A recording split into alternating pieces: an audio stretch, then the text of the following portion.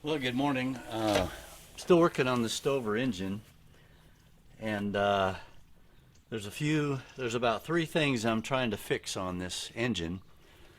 One is it has some play through the crankshaft, and I think I need to loosen these keys on each side and then tap the flywheels in and then re-tap the keys to take up the space that seems to be in there. I was able to get this one off pretty easily. This one I have not been able to budge. So you would think if you could just do one side or the other and just tighten it up by 1/16 of an inch, that would fix this problem. But before I do that, when I tap this far one in, as far as it'll go, I still get the play, and so I'm not sure if there's something inside that's making that happen. Maybe one of the bearings is sliding in and out. So no matter, what I'm actually doing is moving the entire crankshaft back and forth, maybe, and tightening the wheels may not solve that problem. So I'm going to work on that. I'm going to take the lid off here again and replace the felt and the gaskets, because last time I took this off it started leaking quite a bit of oil when I got it going again, spraying it all over the place. So I'm going to pay particular attention to the gasket around this lid. I'm also going to clean it up because it's very greasy, and so I'll degrease it while I have it off. And then I'm still having a problem with the mechanism here, and every time I run this thing, when I turn it off and then try to start it again, I get no spark from the mechanism activating the magneto. I get no spark to the spark plug, but if I trip this with a screwdriver, I get a spark every time, a nice healthy bright one. So there's some adjustment here. I don't know if it's these springs. There's really there's a little spring under here, and then there's these two here, and both of these springs are somewhat adjustable, and it could be that I just haven't solved the adjustment issue on that yet. But I'm going to toy with that some today and see if I can't get this to throw a spark every time based on the mechanism rather than flicking it with a screwdriver. Because then that'll mean I can start this thing anytime I want to just by choking it and pulling on the flywheels. So I've proven that once you get a hot spark out of this mechanism, it runs great. So the one other thing is there seems to be a little bit of play in the rod bearing as well, and so that seems to be pretty worn, and that's we'll see that inside here. So I'm going to try to tighten that up, and if I can't really tighten it up, which I don't expect I can, I think the next thing to do would be to find a new bearing for it. And I just don't know if these are poured bearings or the regular style bearings that you can just buy. So we'll be looking into that and finding that out shortly.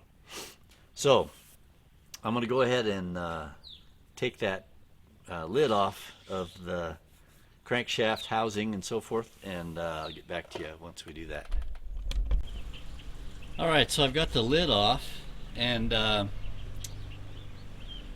found two things already that are very disturbing. The first is, if you look at the rod bearings right here, the rod bearing, you can see these two things separate. There's some shims in here, and when I move the wheel you can see the play, but the play is because this is loose. Look how loose that is. They're both, the other one's not loose, but this one sure is. So I think I've got a little work to do, maybe just tightening this bolt right here. It's actually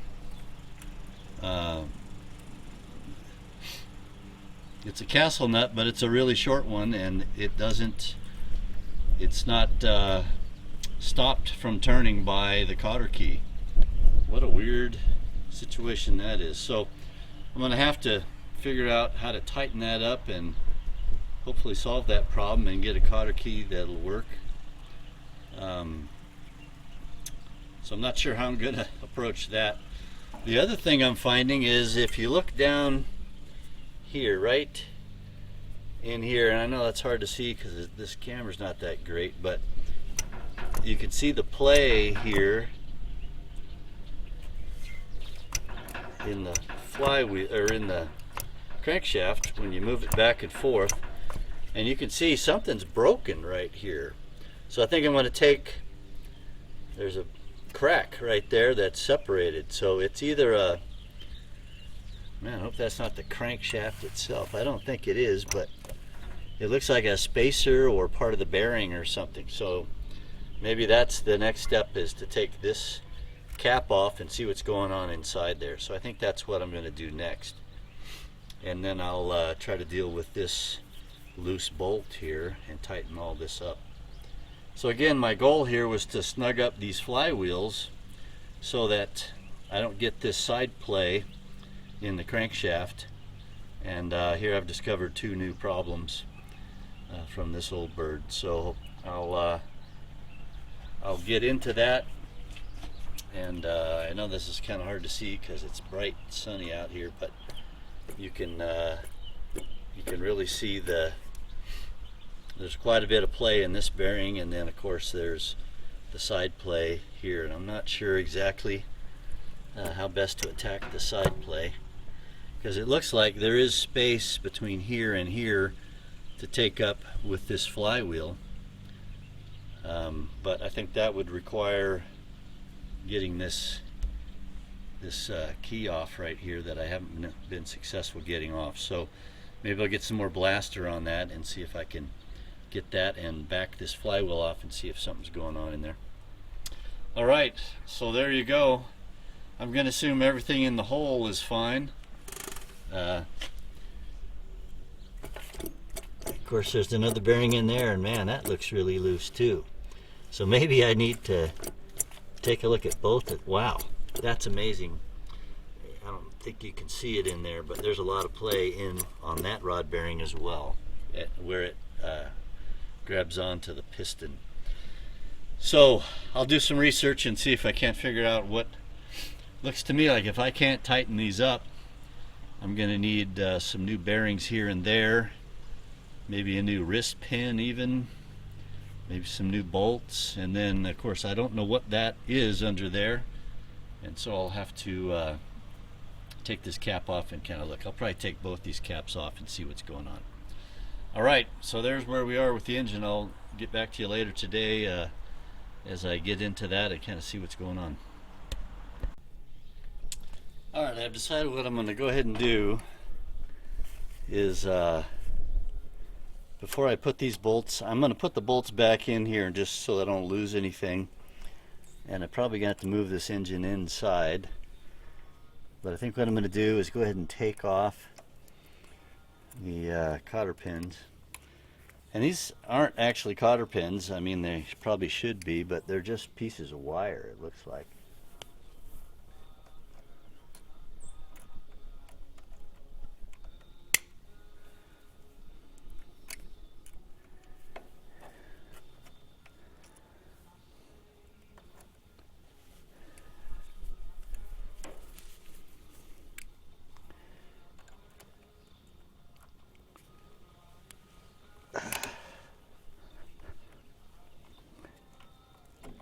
There we go.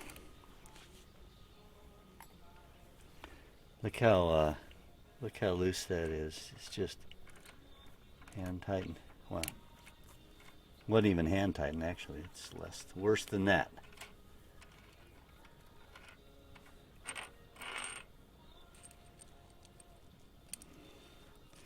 Trying to be careful not to drop anything into the oil vat down there. It's not fatal, but it's just, it would just create another headache. Seems like we got enough headaches here.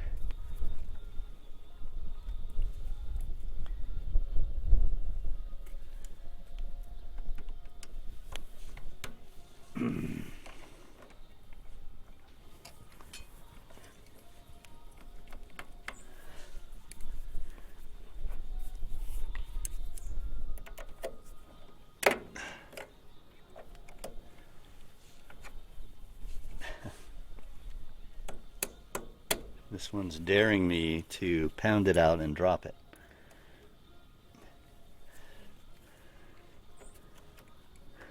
What's going on?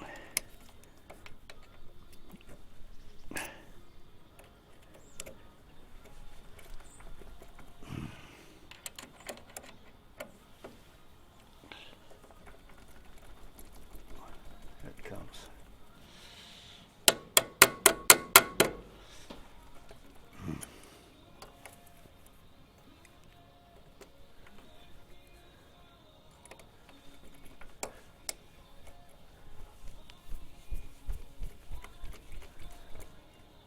Wow.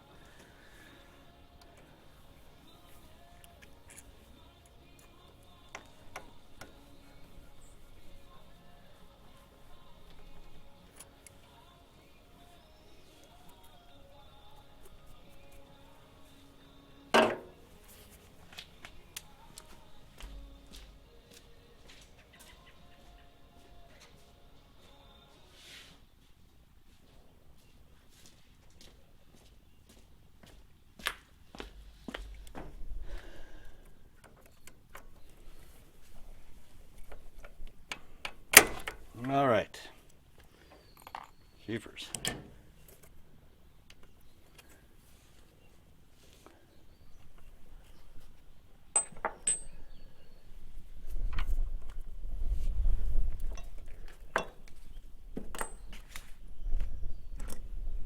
Of course, I don't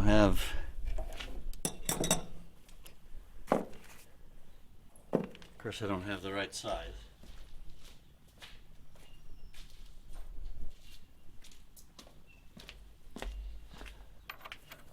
There we go.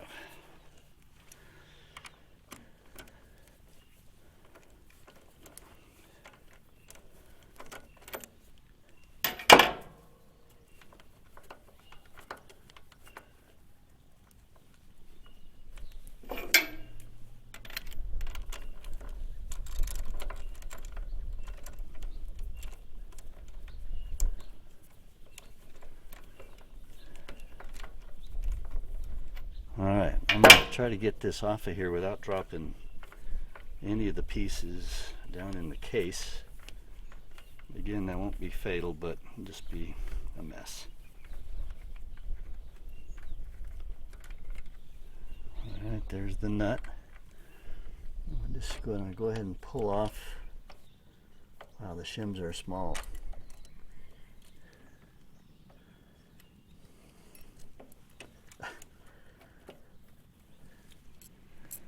So you can see the shims were just here. It looks like somebody made these out of just a sheet of copper. Maybe they're kind of cut rough. That bearing actually looks good. So it could be that my only problem here is that they just need to be tightened up. And that would be nice.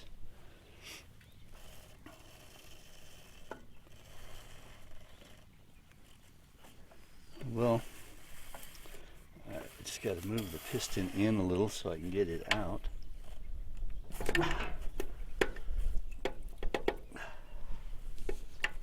Well, the piston's a little bigger than I thought it was going to be.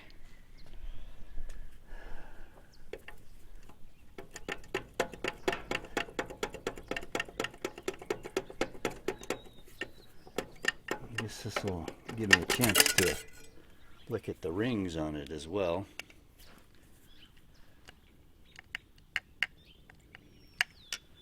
Alright, well, the piston looks really good, except for this kind of rough around there, so I don't know what that means.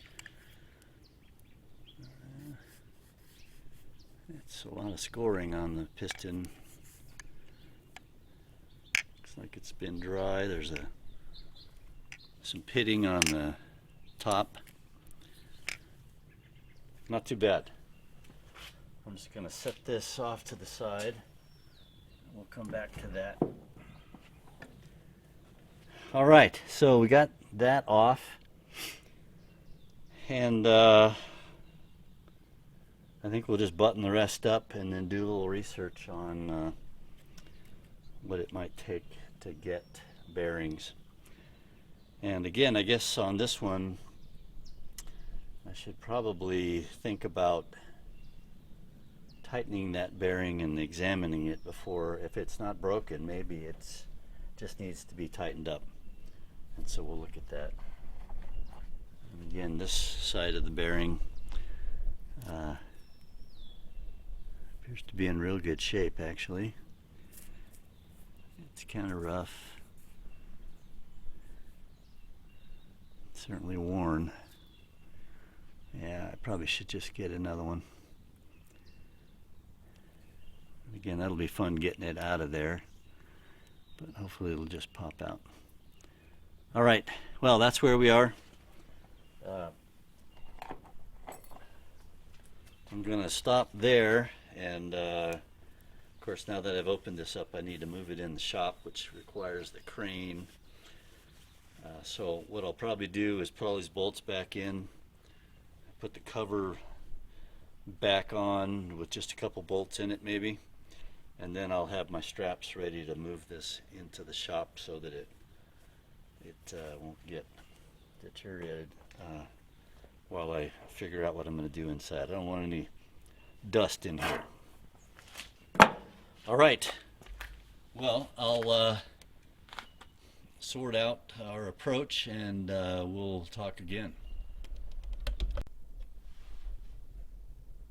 Well, it's Wayne's old and rusty stuff again. We've kind of been offline for a while trying to get things winterized around here and do a little traveling and other things, but today we're working on the Stover CT1. A couple things about this engine. I've figured out that it's was likely made in 1930, given its serial number. It also has the teardrop openings in the flywheel, and I think this means it was sold by Montgomery Ward back in the 30s. One of the problems I was having was I had a lot of play back and forth with the flywheels, and in getting to the bottom of that, I found a couple of interesting things. This is one of the bearings from that side, the top half of it. It's kind of hard to see, but these bearings are flattened out and they're cracked, and they're just in really bad shape. There's also a series of shims that will help me put this thing back together appropriately, and I'm not sure what the torques ought to be or how many shims I'll need. I'll just have to sort of guess at that. So that's the one on the left. The one on the right here is even in worse shape. You can see how misshapen it seems to be, and you can see that the top half of it there is broken actually. And so not only that, but the bearing itself, this bearing over here actually slides back and forth in the case groove where it's supposed to be seated. So it doesn't stay where it's supposed to, it moves back and forth, and that's where my motion is actually coming from. In addition to all that, here's the crankshaft bearing, and you can see there's a big crack in that one right there, and you know, this is where the piston rod connected, and the two bearing halves are in pretty bad shape as well. And what else I found is that the this castle nut, which holds one side, you can see that the top half of the castle nut's just gone. And so the cotter pin, this nut was spinning, and this which made this whole bearing assembly really loose. So when I was running this thing, it was really slapping around and just, hopefully haven't damaged the surface here or these surfaces here. So I'm going to have to pull this flywheel off with the crankshaft and replace the bottom bearings, put it back on, put the top bearings back on, and in the meantime put the piston back in. I took that out because it seemed really loose, but really the wrist pin up at the top where the rod connects to the piston is in really good shape, and there's really no play up there. It's all the play was back here. So I probably shouldn't have taken that out, but I'm going to try to put it back in from the bottom here of the cylinder rather than taking the head off of the other end. That's my plan. And I think with the crankshaft out, I'll have enough room to do that, to compress the rings and get this thing to slide back in there. So that's the plan. So I'm going to replace the bearings, all three, this one and these two. And when I'm all done, I'm going to try to take the play out of this crankshaft. The other thing that's tricky about this, and this is hard to see, and I'm not sure my camera's going to get up close enough, but there's a right there, and you're just not going to be able to see this, but that gear goes with the crankshaft, and it has a dimple in it that matches two other gear teeth that have dimples on either side of that. So it's going to be real important to get this right back in the right place. So I've got a screwdriver in here to make sure this gear assembly doesn't move while I go through this procedure of taking the flywheel off, because I don't want that gear to move, because I think it's a 2-to-1. So this gear goes around one time, this one goes around two times, and so I'm going to try to just make sure that we get that put back together. So I'm trying not to let this gear assembly move at all, which regulates the whole timing and snapping mechanism. So I'm trying to keep that stationary during this process. So that's what I'm out to do here, and that should get this engine kind of refurbished. I've never seen any videos really of people getting inside these engines and doing this, so I'm not sure how this will go. It doesn't look too complicated, and I've bought the bearings. They're kind of expensive, about $100 from Flywheel Supply, I think. Also, I'm going to replace all these gaskets and these felt seals. There's a felt piece that goes across these bearings here, so this thing leaks a lot of oil. So I'm going to replace all of that, and I've got those gaskets as well. So that's the plan, and so I'm going to turn the camera off and put it on the tripod, and we'll see if we can't get this flywheel assembly off without dropping it. It's kind of heavy. And then we'll get these bearings out. Hopefully they come out easily. I don't want to have to pound them out if possible, so hopefully they'll just snap right out. All right, I'll be back.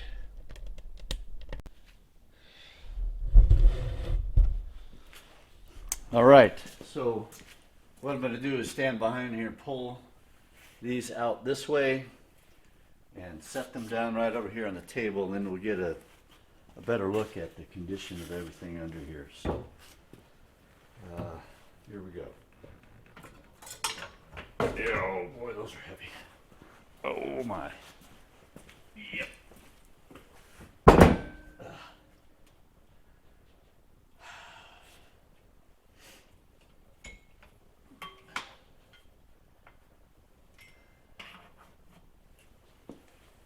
Well, that kind of hurt, and my screwdriver fell out. So let's see where we are inside here. Yeah, I still have the two teeth with the dimples right there, so I'm just going to leave all that alone and try not to touch it while yeah, that's going to come right out. Okay. Let's get a little closer here, and we'll get some light on this.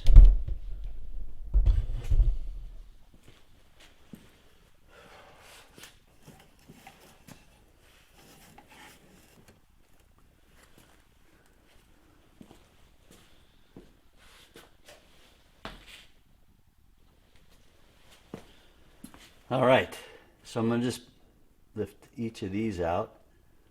Wow, look how beat up that thing is. And you can tell all the whole bottom piece of this is broken. That thing's a mess. And that came off of this side.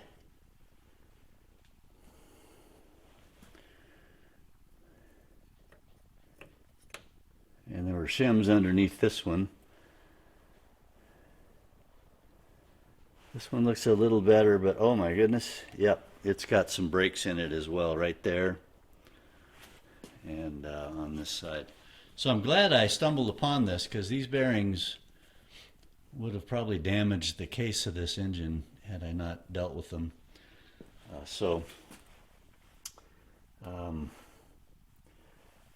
That's really good news that we're going to take care of these. All right.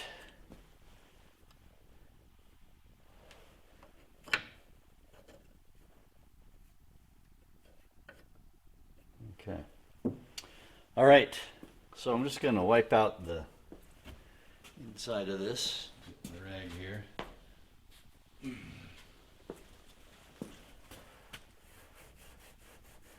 And we'll just see how bad our case is.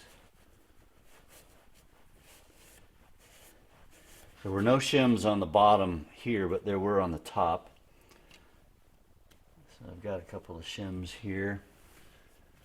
And the shims on this side are on the bottom. Oops. There's a whole stack of them on that side.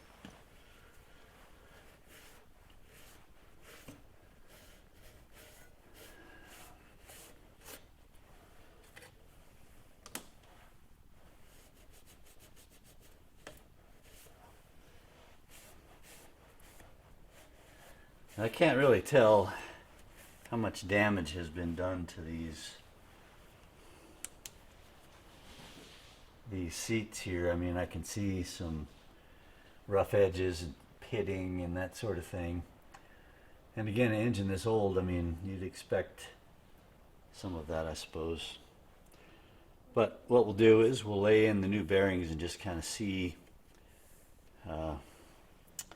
how they fit. This one looks really wide to me, so we'll see.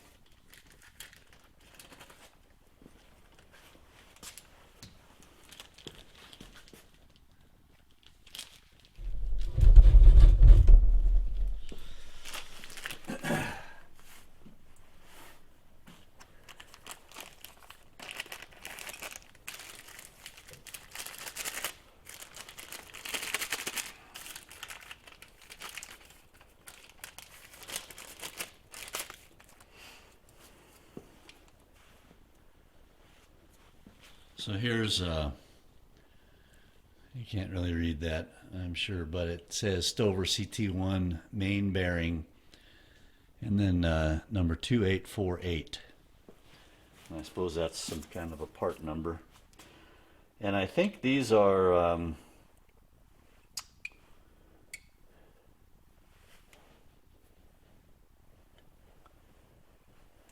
let's see here. These look like exactly the same.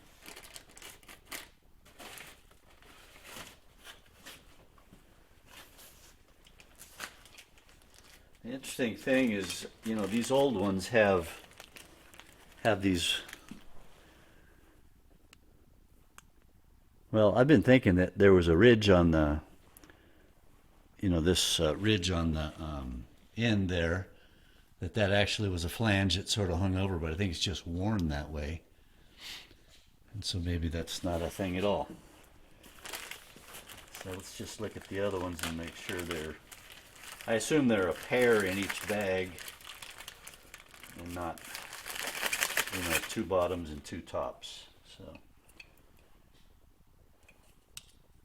yeah, these are the same number. So I got 2 sets here, and I don't see any markings on them saying this one's a top one and this one's a bottom one. So I'm going to assume that they are interchangeable. It is clear that there's a hole on one end.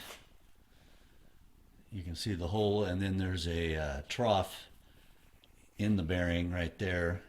This hole goes on the inside, and I suspect that's supposed to pick up splashes of oil and then lubricate down this channel the rest of this bearing. So it probably goes in just like this.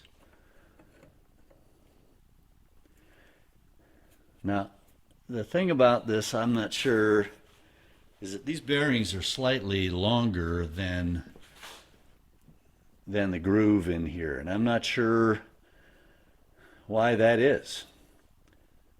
I'm going to go over here and match it up to the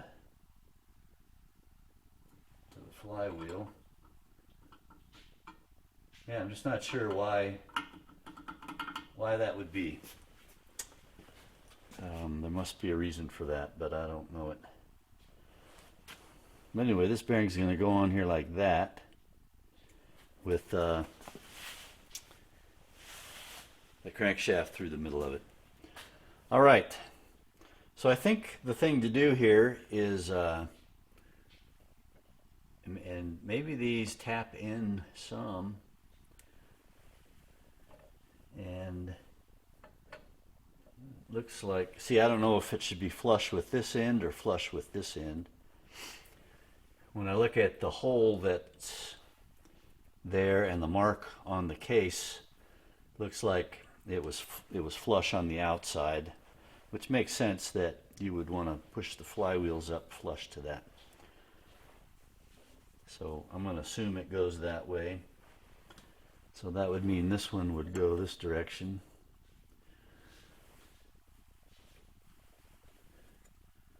And I think, you know, I don't know what keeps these, you know, when you put bearings in like the tractor back here, when I put the bearings in there, they snapped into place.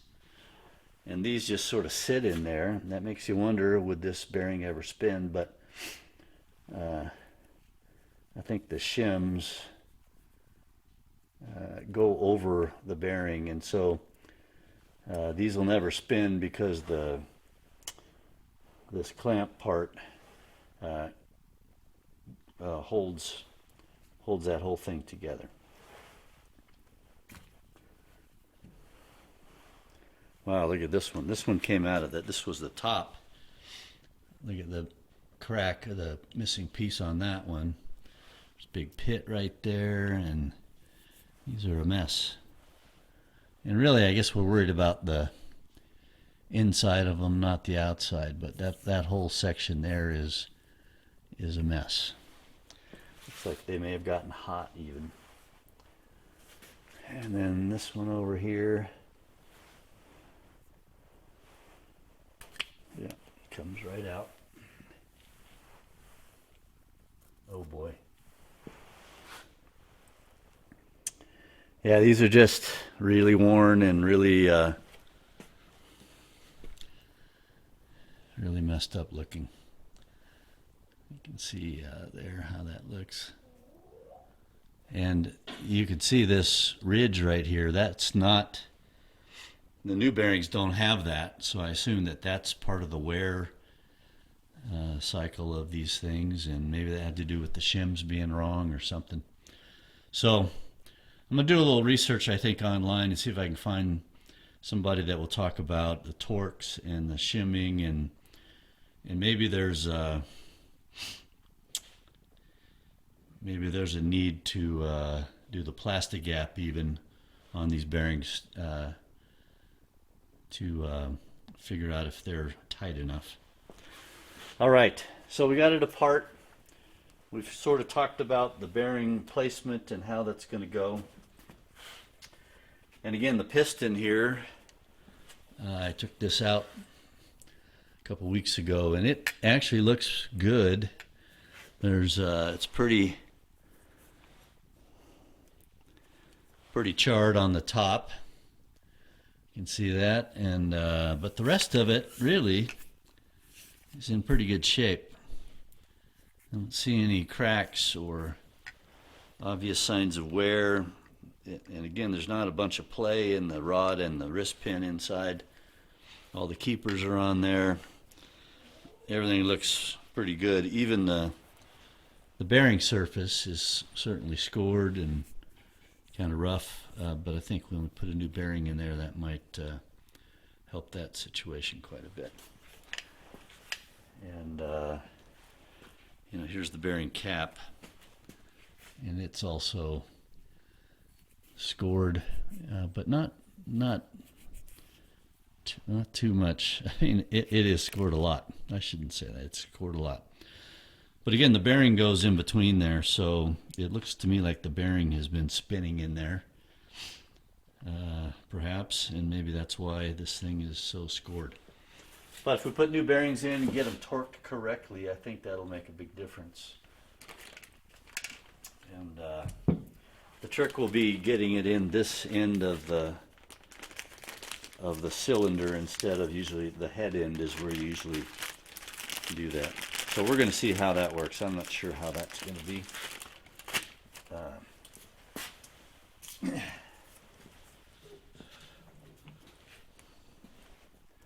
So these bearings here, there's a set, two of them. They came with a little piece of paper that says Stover CT1 CT2 rod bearing number 2831.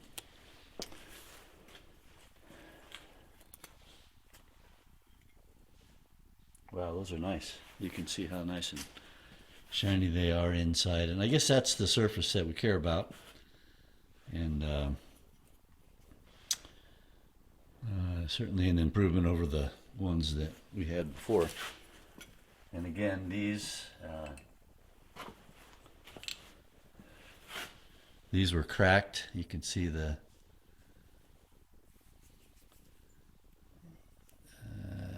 there's a crack right there, pretty good one, and that part would have broken off eventually.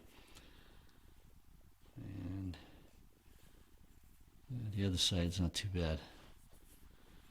Okay, so all right, I'm gonna turn the camera off and go inside and do a little research just on torques and other things. I'll find somebody that's rebuilt one of these, and we'll hopefully they talk about some of the details, and that might be helpful. So I'm going to turn the camera off, and I'll be back shortly, and we'll continue on with the next step of I'm going to put this piston back in, and then we're going to figure out the torque and the shimming of these bearings, and then lastly we'll connect the rod bearing, torque that down, maybe replace this castle nut that's not doing its job, and then we'll see about adjusting the flywheels on the crankshaft.